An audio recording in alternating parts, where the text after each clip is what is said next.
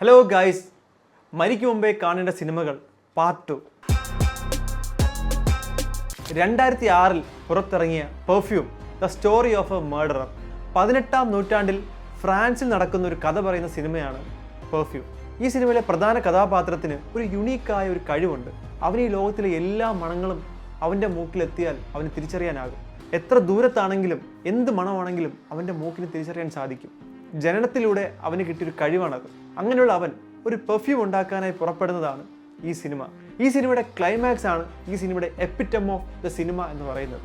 ലോകത്തിൽ ഇത്തരം ഒരു ക്ലൈമാക്സ് നമുക്ക് മറ്റൊരു സിനിമയിൽ കാണാൻ സാധിക്കില്ല. ഒരു സിനിമാ പ്രേമി ഒരിക്കലെങ്കിലും കണ്ടിരിക്കേണ്ട, ഒരിക്കലും അവന് മറക്കാൻ പറ്റാത്ത ഒരു ക്ലൈമാക്സ് ആയിരിക്കും ഇത്. 1999 പുറത്തിറങ്ങിയ David Fincher movie fight club.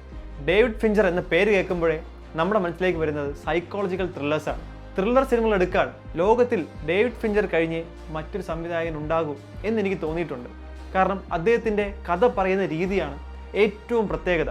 അദ്ദേഹത്തിൻ്റെ കരിയർ എടുത്ത് നോക്കിക്കഴിഞ്ഞാൽ ഗോൺ ഗേൾ ആണെങ്കിലും 7 ആണെങ്കിലും ഈ സിനിമകളെല്ലാം ഒരു മിസ്റ്ററി പറയുന്ന ത്രില്ലേഴ്സാണ്.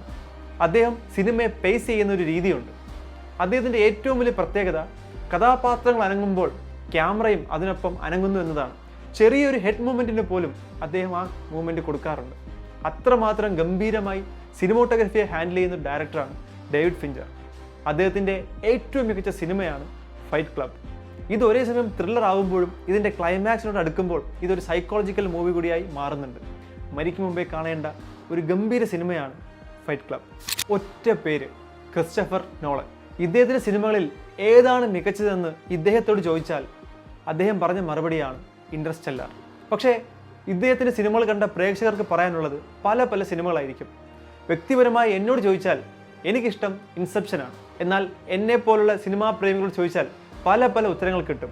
ചിലർ ബാറ്റ്മാൻ സീരീസ് എന്ന് പറയും, ചിലർ പ്രസ്റ്റീജ് എന്ന് പറയും. അതുകൊണ്ട് അദ്ദേഹത്തിൻ്റെ സിനിമകളിൽ ഏതാണ് മികച്ചത് എന്ന ചോദ്യത്തിന് കൃത്യമായൊരു ഉത്തരമില്ല. എങ്കിലും IMDb റേറ്റിംഗിൽ ഏറ്റവും മുമ്പിലുള്ള സിനിമയാണ് ഇൻ്റർസ്റ്റെല്ലാർ. ഒരു സ്പേസ് റിസർച്ച് മൂവിയാണ് ഇൻ്റർസ്റ്റെല്ലാർ. ബാറ്റ്മാനായി DC ആദ്യം ക്രിസ്റ്റഫർ നോളനെ സമീപിക്കുമ്പോൾ അദ്ദേഹം ആദ്യമായി പറഞ്ഞ കാര്യം, ഞാൻ ഒരിക്കലും എൻ്റെ സിനിമയിൽ CGIയോ VFXോ ഉപയോഗിക്കില്ല എന്നതായിരുന്നു.